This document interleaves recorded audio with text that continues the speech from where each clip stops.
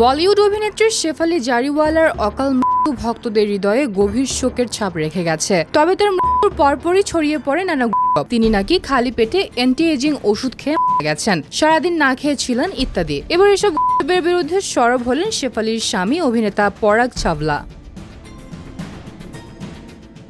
এক সাম্প্রতিক পডকাস্টে পরাগ বলেন, এই তথ্যগুলো বিভ্রান্তিকর। শেফালি কখনো নিয়মিত ঔষধ খেত না, মাল্টিভিটামিন পর্যন্ত ভুলে যেত খেতে। তাই মাসে একবার করে আইভি ড্রিপের মাধ্যমে ভিটামিন, কোলাজেন, গ্লুটাথিয়ন গ্রহণ করত, যা এক ধরনের অ্যান্টিঅক্সিডেন্ট, অ্যান্টি এজিং নয়।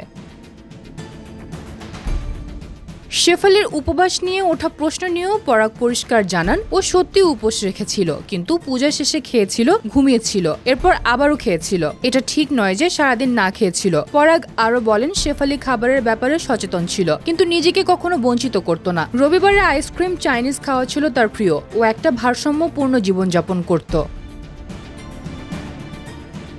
মৃত্যুর পর এসব শুনে মহত পরাগ বলেন, আমি জানি না এসব ভুল তথ্য কোথা থেকে আসে। আমি সবাইকে অনুরোধ করছি, সত্য না জেনে দয়া করে কিছু বলবেন না। একজন মানুষকে সম্মান দিন।